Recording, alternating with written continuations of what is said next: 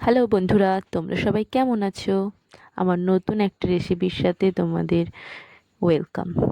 তো আম শেষ হয়ে যাওয়ার আগেই ভাবলাম আম দিয়ে কিছু নতুন রেসিপি তৈরি করি। তো আজকে আম দিয়ে বানিয়ে নিয়েছি ক্যারামেল ম্যাঙ্গো পুডিং। তো এই ক্যারামেল ম্যাঙ্গো পুডিং বানানোর জন্য কি কি লেগেছে আর কিভাবে বানিয়েছি সেটাই তোমাদের সাথে শেয়ার করেছি।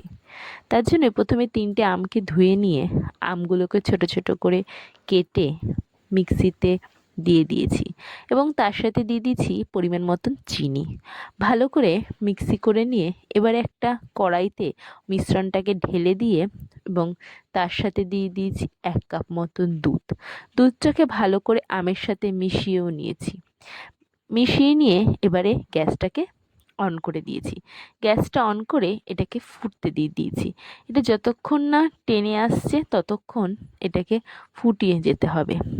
ও, তোমরা কিন্তু এই রেসিপিটা ভালো লাগলে অবশ্যই পেজটাকে একটু ফলো করে দিও, একটা লাইক করো আর সুন্দর একটা কমেন্ট করে দিও।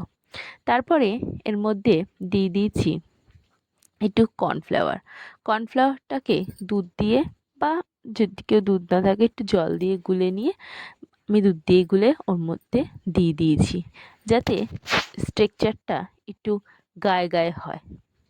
তারপরে ভালো মতন ফুটে এলেই এবারে এটাকে নামিয়ে নেব।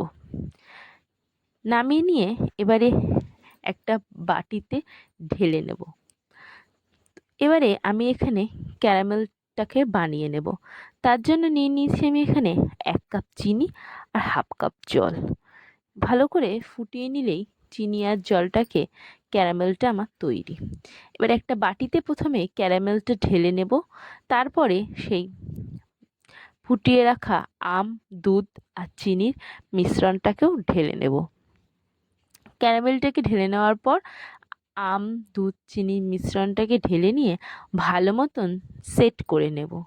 তারপরে একটা ঢাকনা চাপা দিয়ে নর্মাল টেম্পারেচার ফ্রিজে আমি 1 ঘন্টা মতন রেস্টে রেখে দেবো। তাহলেই দেখতে পাচ্ছ কত সুন্দর তৈরি হয়ে যাবে। ব্যাস, এটাকে উল্টে দিয়েছি আর 2 পিস আমের টুকরো দিয়ে একটু ডেকোরেশন করে নিয়েছি। তৈরি আমার আমের একটা রেসিপি, ক্যারামেল ম্যাঙ্গো পুডিং। তোমরাও কিন্তু এই সহজ রেসিপিটা বাড়িতে অবশ্যই ট্রাই করতে পারো।